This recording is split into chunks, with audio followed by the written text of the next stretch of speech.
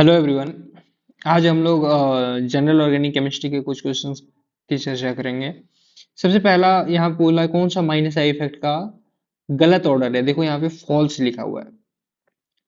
तो हम जानते हैं कि माइनस आई इफेक्ट का कैसे देखेंगे माइनस आई इफेक्ट के ऑर्डर को। Minus I effect directly proportional. सबसे पहले तो इलेक्ट्रोनेगेटिविटी से ही देखते हैं ना। तो सबसे पहले इलेक्ट्रोनेगेटिविटी का कॉन्सेप्ट लगाओ। फ्लोरीन ज्यादा इलेक्ट्रोनेगेटिव है, फिर क्लोरीन ब्रोमीन फिर आयोडीन, बिल्कुल सही है। Nr3 plus NH3 plus NO2, ये भी सही है।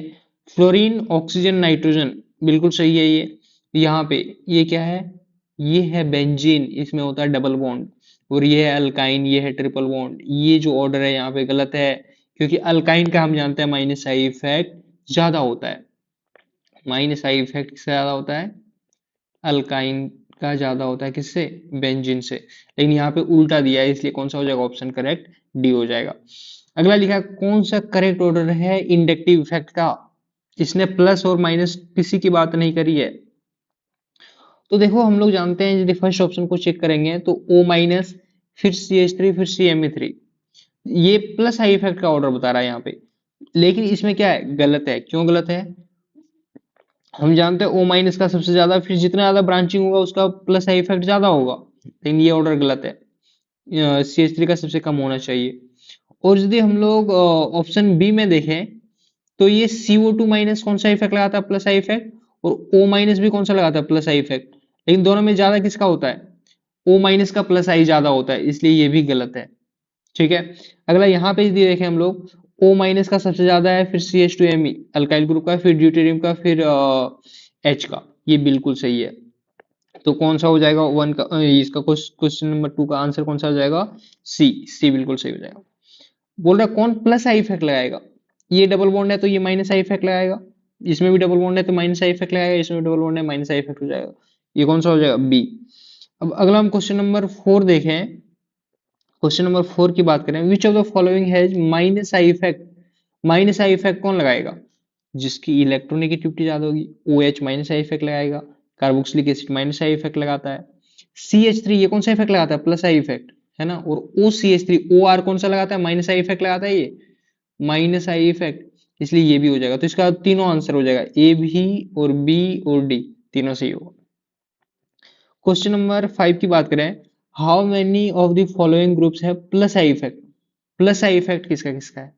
अच्छा एक बात मैं आप लोगों को बता दूं, OH का क्या होता है? इसका माइनस आई इफेक्ट होता है। लेकिन यदि हम O माइनस बना दें इसको H प्लस को हटा करके, तो ये प्लस आई इफेक्ट शो करता है। ऐसे ही NH2 कौन सा इफेक्ट लगाता है? माइनस आई इफेक्ट लगाता है। लेकिन यदि हम एक हाइड्रोजन को हटा करके NH माइनस बना दें तो ये कौन सा इफेक्ट लगाएगा? प्लस आई इफेक्ट लगाएगा, है ना। तो ये जैसे ध्यान रखना है थोड़ा सा। तो यदि हम लोग बात करें कि OH कौन सा इफेक्ट लगाएगा, ये माइनस आई लगाएगा। O माइनस कौन सा लगाएगा? प्लस आई, ये प्लस आई लगाएगा। एक तो बी हो जाएगा। NH2 कौन सा लगाएगा? ये माइनस आई लगाएगा। NH माइनस कौन सा लगाएगा? प्लस आई लगाएगा। COH कौन सा लगाएगा? माइनस आई लगाएगा। लेकिन CO माइनस कौन सा लगाएगा? प्लस आई लगाएगा। जी मिथाइल अल्काइल ग्रुप है, ये प्लस आई इफेक्ट लगाता है, हाँ ये बिल्कुल सही है। OMe OR ग्रुप, जितने भी OR ग्रुप होते हैं सब माइनस आई लगाते हैं, तो ये माइनस आई वाला हो गया। फ्लोरीन ये तो माइनस आई वाला ही है। NF3 प्लस ये तो स्ट्रॉन्ग माइनस आई वाला है भाई। तो इसका आंसर कौन सा है? बी, एफ और जी और डी। BDFG। अगला, अगला जो क्वेश्चन है, ये कुछ मैं इसको थोड़ा सा ये कर दे रहा हूँ।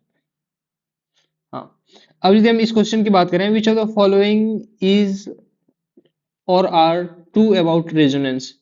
रेजोनेंस क्या बोल रहा है? एक इंट्रामोलिकुलर फिनोमिना है, बिल्कुल सही है। रेजोनेंस इंट्रामोलिकुलर, एक ही मॉलिक्यूल में तो रेजोनेंस होता है, एक मॉलिक्यूल और दूसरे मॉलिक्यूल के बीच में रेजोनेंस कोई लेना देना ही नहीं है। अगला लिखा है कि resonance involve delocalisation of both sigma and pi electron, बिल्कुल गलत है ना। रेजोनेंस में सिर्फ और सिर्फ सिग्मा इलेक्ट्रॉन का, सॉरी पाई इलेक्ट्रॉन का डीलोकलाइजेशन होता है, सिग्मा इलेक्ट्रॉन का डीलोकलाइजेशन नहीं होता। अगला लिखा है resonance involve delocalisation of pi electrons only, बिल्कुल सही है, पाई इलेक्ट्रॉन का डीलोकलाइजेशन होता है। अगला, resonance decreases potential energy of an acyclic molecule. बोल रहा है कि रेजोनेंस की वजह से एसाइक्लिक मॉलिक्यूल की पोटेंशियल एनर्जी कम हो जाती है। बिल्कुल सही बात है, रेजोनेंस की वजह से स्टेबिलिटी आएगा, स्टेबिलिटी आएगा तो पोटेंशियल एनर्जी क्या हो जाएगा, कम हो जाएगा, बिल्कुल सही है। अगला ऑप्शन ई देखें, resonance has no effect on potential energy of a molecule. गलत है भाई, अभी हमने पीछे ही तो किया है, पोटेंशियल एनर्जी कम हो जाता है उसका, है ना, तो ये फिर कैसे हो सकता है। अगला, resonance is the only way to increase molecular stability. ये बोल रहा है सिर्फ और सिर्फ रेजोनेंस ही है जिसके थ्रू हम मॉलिक्यूल की स्टेबिलिटी को बढ़ा सकते हैं, जो कि बिल्कुल गलत है। और भी तरीके से मॉलिक्यूल की स्टेबिलिटी को बढ़ाया जा सकता है, तो ये गलत है ना। अगला, resonance is not the only way to increase molecular stability. बिल्कुल सही बात है भाई, है ना। अब किसी में जैसे कि ज्यादा स्टेरिक हिंड्रेंस है और किसी में कम स्टेरिक हिंड्रेंस है ना, तो स्टेरिक हिंड्रेंस को भी कम करके वो, मतलब जैसे कि मैं आपको एक एग्जांपल बताता हूँ। इसको देखो, इसको यहाँ से आपको समझ आएगा। हम ये मॉलिक्यूल देख रहे हैं, इसमें कहाँ पे ये जो मिथाइल ग्रुप कहाँ पे लगा हुआ है, ये एक्सियल पोजीशन पे लगा हुआ है।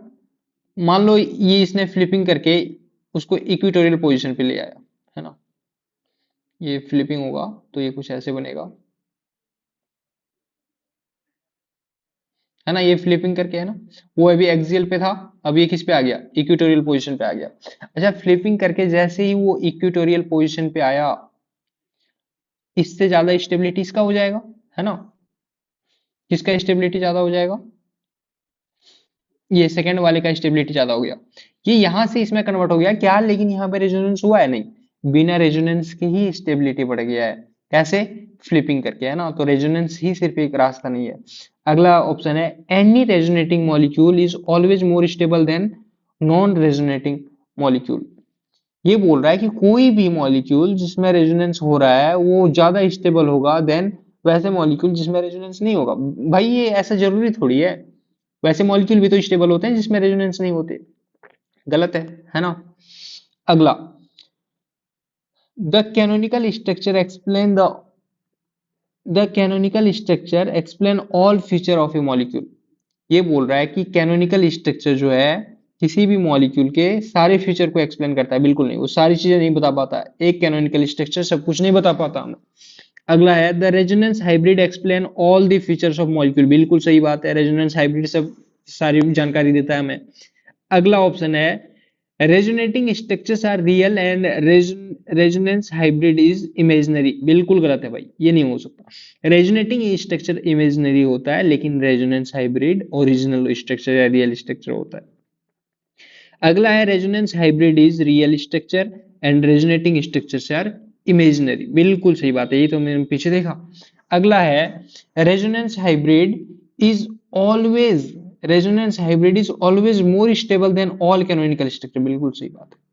तो इसके सही ऑप्शन कौन कौन से हो जाएंगे, A C D G J L M, ये सही है ना। अगले क्वेश्चन पे आते हैं। Which of the following statement is incorrect, पूछा है कौन सा इसमें गलत है। यहाँ पे पहला ऑप्शन है, resonating structures are real. Resonating structures are real, भाई कैसी बातें कर रहा है, रेजोनेटिंग स्ट्रक्चर इमेजिनरी होते हैं, है ना।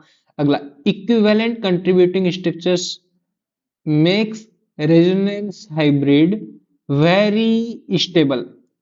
ये वो, अच्छा इसने क्या बोला था यहाँ, पहला ऑप्शन इसने बोला था कौन सा इनकरेक्ट है, पहला वाला ही इनकरेक्ट है। बाकी ऑप्शंस को भी देख लेते हैं।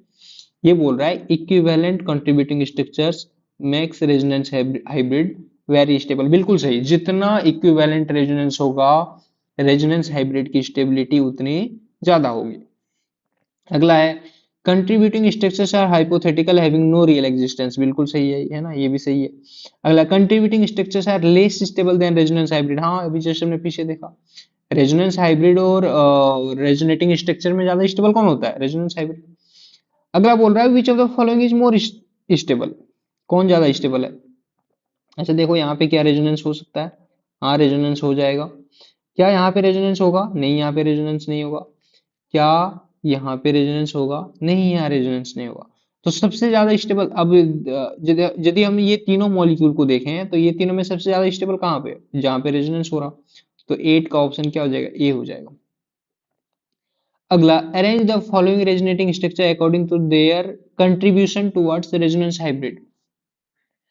अब ये क्वेश्चन बड़ा ही इंपॉर्टेंट है, इसको ध्यान रखना है कि हमें रेजोनेटिंग स्ट्रक्चर को मतलब कौन कितना रेजोनेंस हाइब्रिड में कंट्रीब्यूट करेगा उसके अकॉर्डिंग उसी ऑर्डर में हमें अरेंज करना है। तो ऐसे क्वेश्चन आए तो बड़ा ही सिंपल सी बात है, कंट्रीब्यूशन जो होता है ना, कंट्रीब्यूशन इन रेजोनेंस हाइब्रिड, ये डायरेक्टली प्रोपोर्शनल होता है स्टेबिलिटी के। जितना ज्यादा स्टेबिलिटी उतना ज्यादा वो कंट्रीब्यूट करेगा। अब स्टेबिलिटी हम लोग कैसे देखते हैं? स्टेबिलिटी देखने के लिए सबसे पहले हम लोग देखते हैं ऑक्टेट। किसका ऑक्टेट? जिसमें सबका ऑक्टेट कंप्लीट है उसकी ज्यादा स्टेबिलिटी, जिसमें सबका ऑक्टेट कंप्लीट नहीं है उसकी कम स्टेबिलिटी। उसके बाद हम लोग जाते हैं नंबर ऑफ पाई बॉन्ड पे। ठीक है, तो देखो इसमें कौन सा हो जाएगा? जिसमें सबका ऑक्टेट कंप्लीट हो। क्या इसमें CH2 का ऑक्टेट कंप्लीट है? बिल्कुल कंप्लीट है। यहाँ पे नाइट्रोजन का कंप्लीट है, बिल्कुल कंप्लीट है। यहाँ पर भी नाइट्रोजन का ऑक्टेट कंप्लीट है ना? यदि हम लोग यहाँ पे देखें तो इसमें भी सबका ऑक्टेट कंप्लीट है। हम लोग यहाँ पे देखें इस कार्बन का ऑक्टेट कंप्लीट नहीं है। यदि इसमें देखें तो इसमें भी सबका ऑक्टेट कंप्लीट है ना? ये कुछ ऐसा है। अब हम इसमें भी सबका ऑक्टेट कंप्लीट है, इसमें भी सबका ऑक्टेट कंप्लीट है, इसमें भी सबका ऑक्टेट कंप्लीट है। अब अगले पे हम लोग आते हैं। अगला बोलता है, अगला पॉइंट हम लोग इसके बाद देखते हैं, जिसमें ज्यादा पाई बॉन्ड रहे वो ज्यादा स्टेबल होता है, जिसमें कम पाई बॉन्ड रहे वो कम स्टेबल होता है। तो इसमें दो पाई बॉन्ड है, इसमें भी दो पाई बॉन्ड है, लेकिन इसमें एक ही पाई बॉन्ड है, तो ये कम स्टेबल होगा, इसको हटा दो। या फिर हम लोग ऐसे कर सकते हैं ना, इसने बोला है कि ऑर्डर में अरेंज करना है, तो फिर ऐसे करते हैं।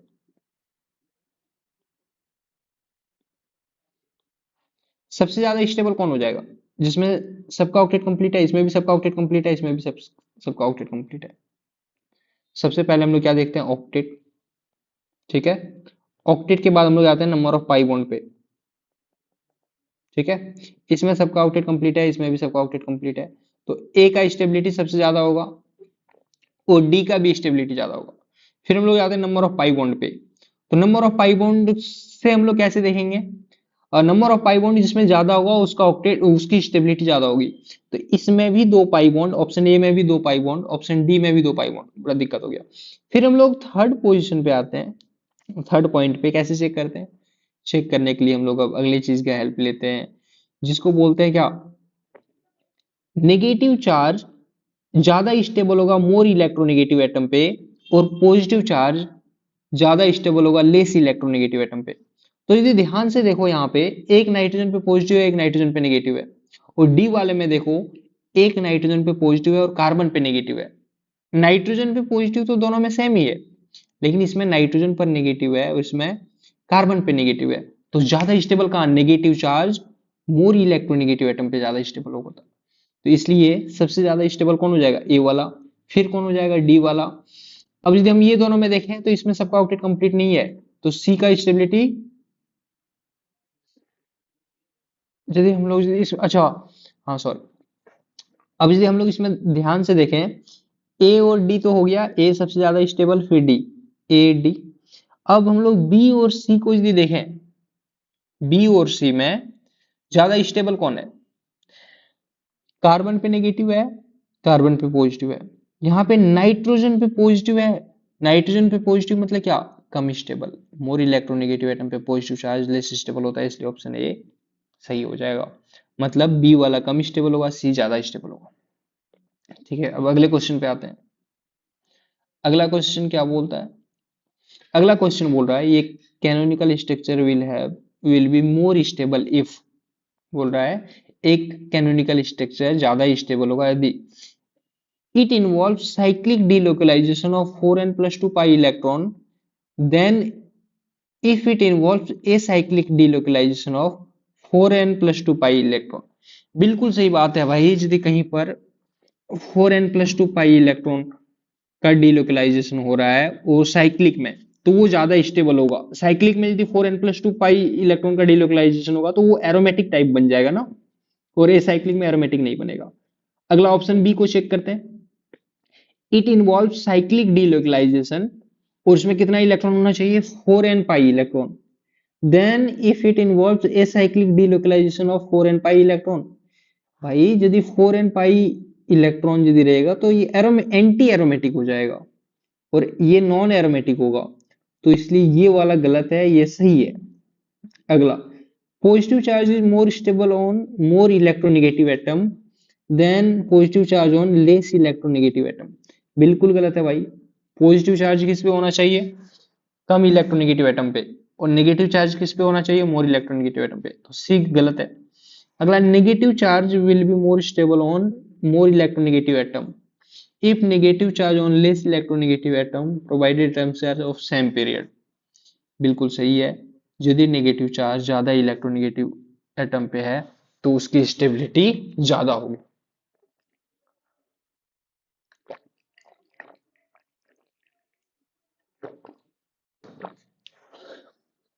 तो इसका करेक्ट ऑप्शन कौन सा हो जाएगा, ऑप्शन डी जो हो जाएगा वो करेक्ट हो जाएगा।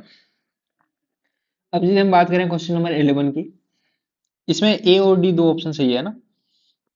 क्वेश्चन नंबर 11 की यदि बात करें तो which one of the following pair of structure does not represent the phenomena of resonance। बोल रहा है कि इसमें रेजोनेंस नहीं होगा यार। इसमें देखो, डबल बॉन्ड, सिंगल बॉन्ड, फिर डबल बॉन्ड है तो रेजोनेंस होगा बिल्कुल। यहाँ पे negative charge, single bond, double bond, बिल्कुल यहाँ पर भी रेजोनेंस होगा। यदि हम लोग यहाँ पे देखें तो यहाँ पर भी भाई double bond, single bond, positive charge, resonance होगा। और यहाँ पे positive charge, single bond, double bond, resonance होगा। यदि हम लोग यहाँ पे देखें तो यहाँ पर तो साफ साफ दिख रहा है कि रेजोनेंस होगा। यहाँ पर भी रेजोनेंस होगा, है ना। और यदि हम लोग यहाँ पे देखें भाई, इसमें रेजोनेंस का कोई सीन नहीं है, रेजोनेंस नहीं हो सकता, सिर्फ यहाँ पे डबल बॉन्ड वही तो है, यहाँ पे रेजोनेंस होगा।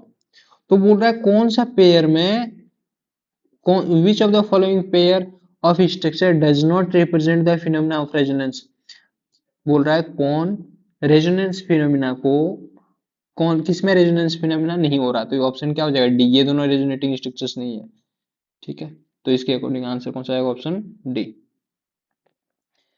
अगला यदि हम बात करें, in which of the following lone pair indicates is involve in resonance. बोल रहा है किसमें लोन पेयर रेजोनेंस में इन्वॉल्व है।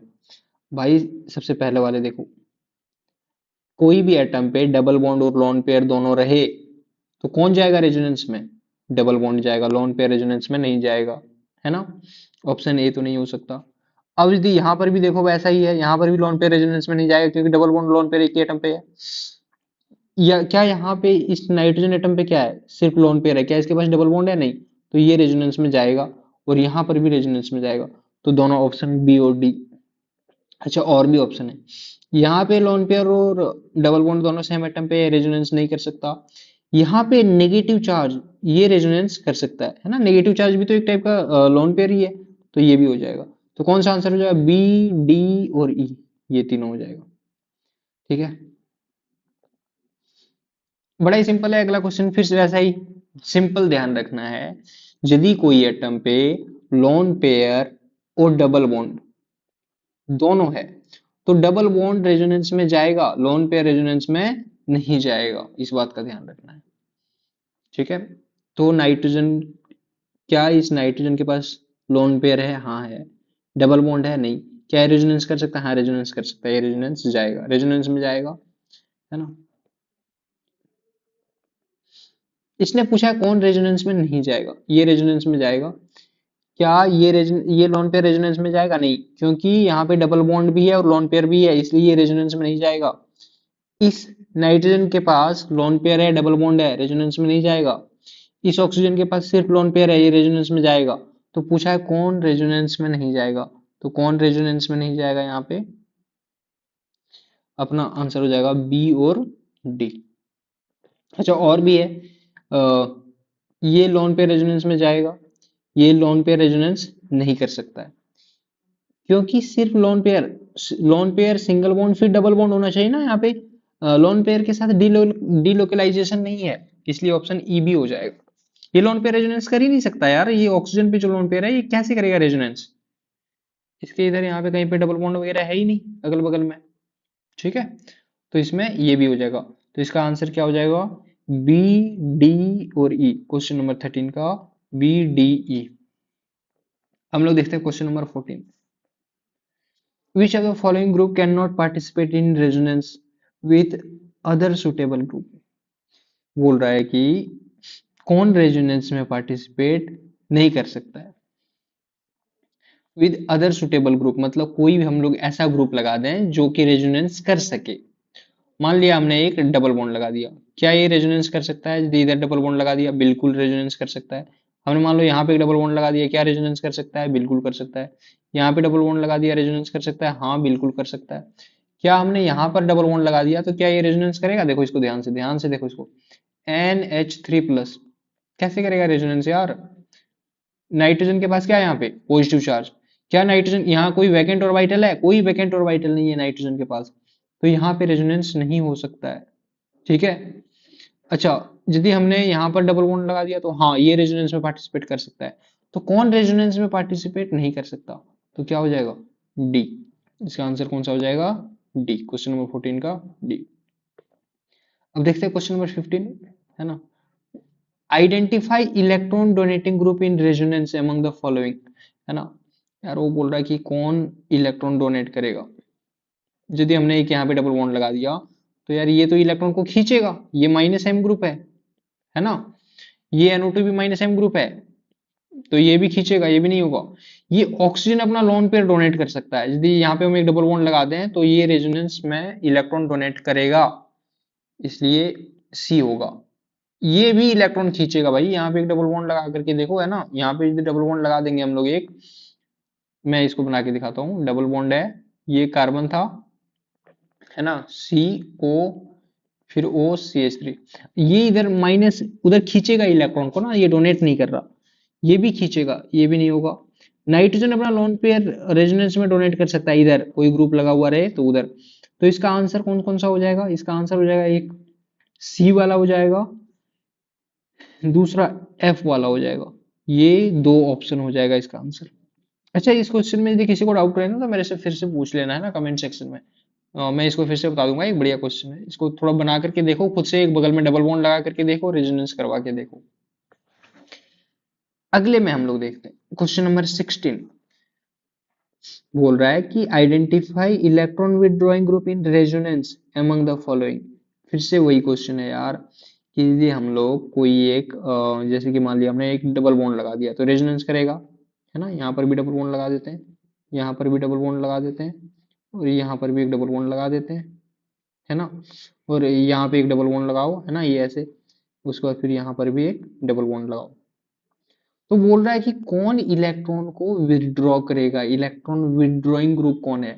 इस डबल बॉन्ड से कौन इलेक्ट्रॉन खींचेगा? COH खींचेगा यार, ये -m इफेक्ट लगाता है। ये भी खींचेगा, ये -m इफेक्ट लगाता है, ये एमाइड ग्रुप है। ये एसिड हैलाइड है, ये भी -m इफेक्ट लगाता है। ये भी खींचेगा, ये भी -m इफेक्ट लगाता है। लेकिन ऑक्सीजन अपना लोन पेयर डोनेट करेगा, ये +m इफेक्ट लगाएगा। नाइट्रोजन -m इफेक्ट लगाएगा, ये भी इलेक्ट्रॉन को खींचेगा। तो कौन सा हो जाएगा इसका आंसर? ABCDF। सिर्फ ई नहीं होगा, बाकी सब आंसर होगा, है ना। तो ये भी हो जाएगा BCDF। ठीक है। अब अगला क्वेश्चन को देखते हैं। Which of the following groups can either donate or withdraw a pair of electron in resonance depending on situation?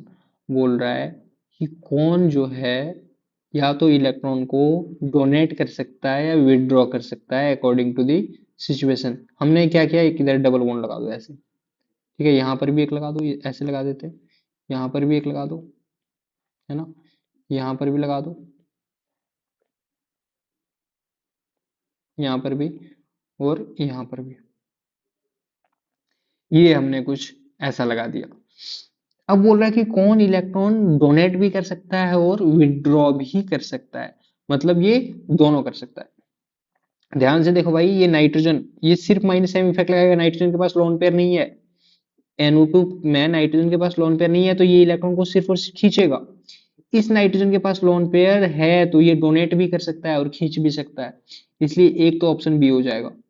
वैसे ही यदि हम लोग यहाँ पे देखें तो ये क्या करेगा, इलेक्ट्रॉन कुछ ऐसे मतलब ये जो है क्वेश्चन नंबर 17 में यदि हम लोग ऑप्शन सी को यदि ध्यान से देखें तो यहाँ पे यदि हमने एक केस हो सकता है कि ये इलेक्ट्रॉन इधर आ सकता है, दूसरा केस हो सकता है कि सिचुएशन के अकॉर्डिंग ये इलेक्ट्रॉन इधर भी जा सकता है, दोनों साइड जा सकता है ये इलेक्ट्रॉन, इसलिए ये ऑप्शन भी होगा। कार्बन यदि हम इसको ध्यान से देखें तो ये कुछ ऐसा है, तो ये इलेक्ट्रॉन को सिर्फ खींचेगा, ये डोनेट नहीं कर सकता है ना, कैसे डोनेट करेगा, तो ये नहीं होगा। अगला NH2 नाइट्रोजन सिर्फ डोनेट करेगा, खींचेगा नहीं है ना। और यदि हम इस नाइट्रोजन को देखें, है ना, ये इलेक्ट्रॉन इधर दे भी सकता है और नाइट्रोजन के पास लोन पेयर है तो ये इसके थ्रू इधर भी इलेक्ट्रॉन दे सकता है ना। तो इसमें क्या कौन कौन सा आंसर हो जाएगा, बी, सी और एफ, ये तीनों पॉसिबिलिटी है। अब है ना, अब हम लोग क्वेश्चन नंबर 18 पे आते हैं। क्या बोल रहा है, draw the resonance form to show the delocalisation of charge in the following ions. कैसे रेजोनेंस करवाएंगे इसका, ये अपना इलेक्ट्रॉन डेंसिटी डोनेट करेगा, ये पाई बॉन्ड इधर की ओर शिफ्ट हो जाएगा ना, तो इसका कैसे बनेगा, ये CH3 है यहाँ पे, अगला क्या है ये C, और यहाँ पे डबल बॉन्ड बन रहा है CH2, और ये O पे माइनस आ जाएगा, ठीक है, ये कुछ ऐसा हो जाएगा। अब यदि हम लोग इसमें बनाना चाहें तो इसका रेजोनेंस फॉर्म कैसे बनेगा, सबसे पहला ये डबल बॉन्ड अपना, ये नेगेटिव चार्ज अपना लोन पेयर देगा तो ये डबल बॉन्ड इधर शिफ्ट हो जाएगा, ये कैसा दिखेगा, HCO, और इस CH2 पे माइनस, है ना। अब ये यहाँ पे ये CH है और यहाँ पे डबल बॉन्ड CH2, ठीक है। अगला हो सकता है ये अपना लोन पेयर फिर से डोनेट करेगा, ये ऐसे रेजोनेंस कर जाए, इससे क्या बनेगा, HC double bond CH2, O पे माइनस और CH डबल बॉन्ड CH2, ये भी एक रेजोनेटिंग स्ट्रक्चर बन सकता है। तो ये इसके कुछ रेजोनेटिंग स्ट्रक्चर्स होंगे, है ना। आगे हम लोग देखते हैं ना।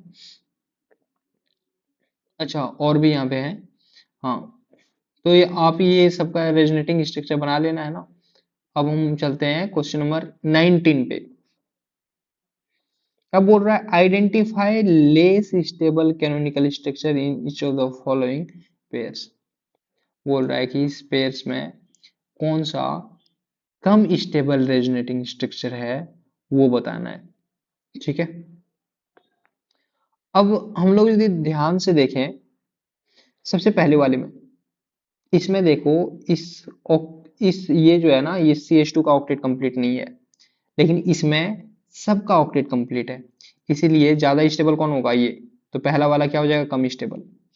और यदि हम ये दोनों में देखें तो आपने पढ़ा होगा बेंजीनॉइड फॉर्म और क्यूनोनॉइड फॉर्म। इसमें देखो इस बेंजीन में भी 6 पाई, इधर वाला भी एक बेंजीन जैसा है और उधर वाला भी एक बेंजीन जैसा है, तो दोनों बेंजीनॉइड फॉर्म है। लेकिन यहाँ पे एक बेंजीनॉइड फॉर्म है दूसरा क्यूनोनॉइड फॉर्म है, इसीलिए ये ज्यादा स्टेबल होगा और दूसरा वाला जो होगा वो कम स्टेबल होगा। तो मैं इसको हटा देता हूँ, ये ज्यादा स्टेबल होगा क्योंकि यहाँ पे दोनों बेंजीनॉइड फॉर्म में है, ये भी बेंजीन की जैसा है ये भी बेंजीन की, है ना। अब यदि हम इसमें बात करें, ये दोनों में ऑप्शन सी में, यहाँ पे ऑक्सीजन पे नेगेटिव है, यहाँ पे कार्बन पे नेगेटिव है, ज्यादा स्टेबल कौन, मोर इलेक्ट्रोनेगेटिव एटम पे नेगेटिव चार्ज ज्यादा स्टेबल। वैसे हम यदि यहाँ पे देखें ऑक्सीजन पे नेगेटिव है, यहाँ पे नाइट्रोजन पे नेगेटिव है, तो ज्यादा स्टेबल कौन, ऑक्सीजन पे नेगेटिव।